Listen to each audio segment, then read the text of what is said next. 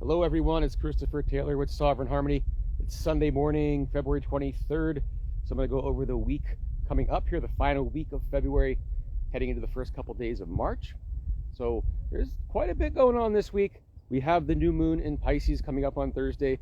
And before we get there, just speaking of today on the 23rd, Mars, which has been retrograde since December 6th, when it went retrograde at 6 degrees Leo, is now turning direct today. At the end of today on Sunday, Mars will be direct in Cancer at 17 degrees.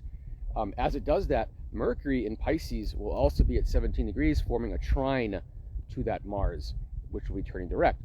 And so, like I mentioned last week, if you listened on, that this is kind of like putting the car in drive finally. We've been parked for a while. With Mars retrograde, it's been a little tough to really get going forward. And there's been a lot of kind of like issues coming up. So we have our hearts are lit up with some kind of inspiration, and then we feel blocked, okay? And so, you know, there could be past things in our lives or past lives where we were blocked by outside forces. This has more to do with getting in touch with the parts of ourselves inside of us that still attach to those reasons why we can't move forward, okay? And so it's been a lot of processing over the last couple months, 2.5 months really, where we're coming face to face with those things that cause procrastination, things that prevent us from just saying yes and going with it. So it's been a lot of yes but energy. Yes but, right? And so this is going to be a chance for us to finally move forward with some things.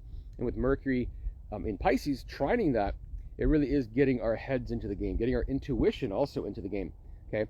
And the new moon that comes on Thursday, the 27th, that will be like putting it into an extra gear, because that new moon will also trine Mars in Cancer from Pisces as well, okay? But before we get there, Mercury is really the star of the week, kind of the champion of the week. Mercury is doing more than any other planet this week.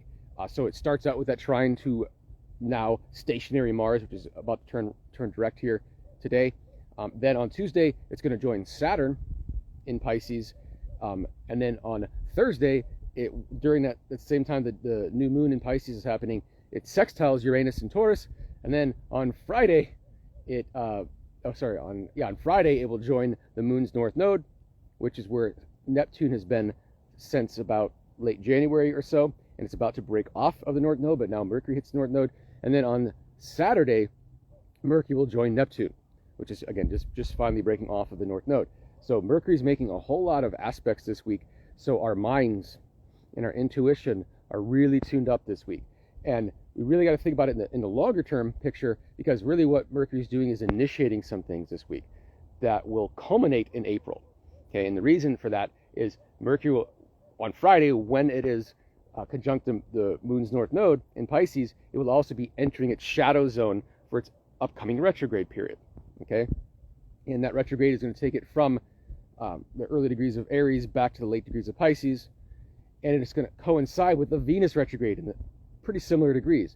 And Venus also this week on Saturday, March 1st, will turn retrograde in Aries, okay? And so Mercury's entering its shadow zone on Friday. Venus actually turns retrograde on Saturday. But what's going to happen here in April is that when Venus turns direct, it will be with Saturn in Pisces, with the North Node in Pisces, with Mercury in Pisces. So what Mercury is doing by zoning in on Saturn, the North Node, and Neptune, and also that sextile to Uranus and Taurus, is it's igniting what will be going forward in April, because that whole cluster of Mercury, Venus, Saturn, and the North Node in Pisces will be sextiling Uranus and Taurus at that time as well. So Mercury is really just kind of sweeping the floor for what's going to be built in that spot, okay? So everything that happens this week is kind of an initiation period. So the new moon on Thursday, that will trine Mars, which is going to be freshly direct. It's also going to square Jupiter in Gemini. Now, Jupiter's been in Gemini since about May, June, something like that. So really amplifying our options, amplifying the sense of possibility, where do we want to focus? And so now this new moon happens, it's the last lunation before the two eclipses that happen in March as well, during that Mercury and Venus retrograde period. So I'll have more on March here on a YouTube here later this week. But just as a preview. Anyway, so what this new moon this week in Pisces has a lot to do with, again, is clearing away. It's releasing, because there's a whole new aspect coming in here in April. And so from now through that period, March is really about wiping some things clean, okay? And it starts here with this new moon, as we also have Mars going direct, like we said, and Mercury's kind of introducing the players that'll be part of this forward motion in April.